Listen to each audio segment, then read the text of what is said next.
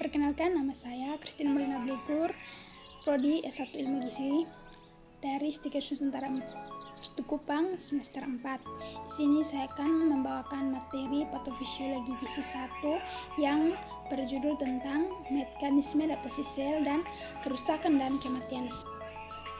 Topik yang pertama ialah mekanisme adaptasi sel. Saat sel mengalami cedera, maka sel akan melakukan mekanisme adaptasi sel. Respons sel yang mengalami cedera bersifat reversibel atau subletal dan cedera irreversibel atau cedera letal. Yang pertama adalah cedera subletal. Terjadi bila sel mengalami cedera dan menunjukkan perubahan morfologi, tapi sel tidak mati. Cedera ini disebut sebagai reversibel jika dihentikan dan sel akan pulih kembali. Perubahan yang terjadi dalam sel yaitu perubahan pembengkakan sel, yaitu bentuk penumpukan cairan di dalam sel, dan penimbunan lipid, yaitu penumpukan lemak. Apabila sel mengalami cedera, maka akan mengalami kerusakan biokimiawi yang mengganggu proses metabolisme sel.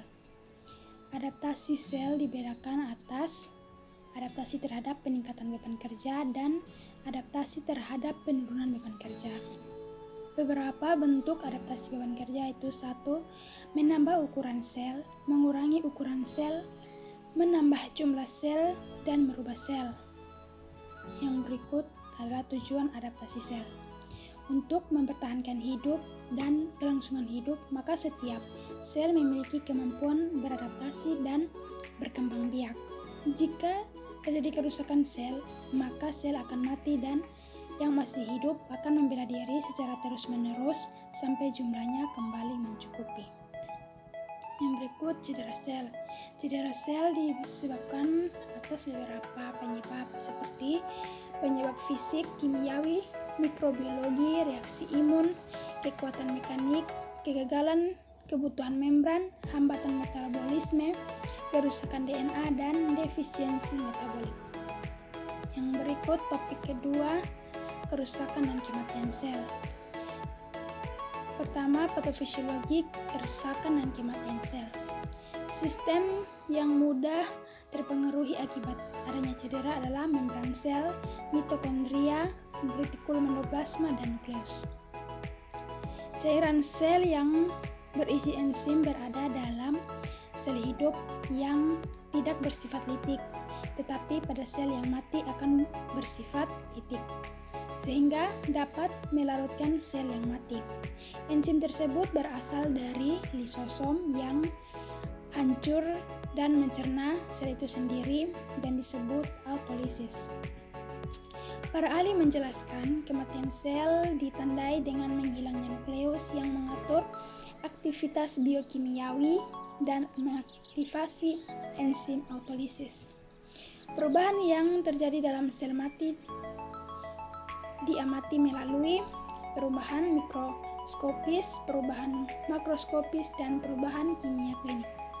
Yang berikut ada jenis kerusakan dan kematian sel. 1. Nekrosis. Nekrosis yang terjadi akibat cedera yang adanya pengembangbiakan dan ruptur organel internal. Nekrosis yang terjadi pada sel akan menimbulkan efek klinis, yaitu fungsi abnormal, infeksi bakteri, dan efek sistematik.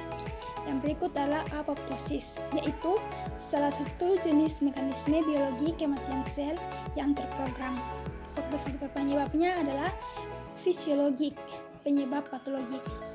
Gambaran morfologik apoptosis sebagai berikut: 1. Pengeributan sel, fragmentasi kromatin, pembentukan sel lepuh pada sel, fagositosis bendah oleh sel, dan tidak adanya inflamasi. Sedangkan biokimia apoptosis adalah 1. Pemecahan protein, pemecahan DNA, dan perubahan membran plasma. Berikut ada perbedaan antara nekrosis dan apoptosis, yaitu 1. Nekrosis memiliki ciri kematian oleh faktor luar sel, sel membengkak, pembersihan debris oleh fagositosis, dan sistem imun sulit. Sel sekarat tidak dihancurkan oleh fagosit, lisis sel, dan inflamasi merusak sel. Yang berikut ada apoptosis, kematian diprogram oleh sel tetap ukurannya, pembersihan berlangsung cepat, sel mati dihancurkan fagotosis, non-lisis, dan di sekitarnya tetap hidup normal. Berikut adalah mekanisme apoptosis, terdiri dari signaling, kontrol dan integrasi, dan eksekusi. Yang materi berikutnya ada tentang penuaan sel. Penuaan sel terjadi karena penurunan sel secara progresif yang bersamaan dengan penuaan sel. Sintesa protein dan enzimatik dan pembentukan ATP menurun sehingga daya tahan tubuh berkurang dan mendapatkan cedera yang berakibat kematian sel.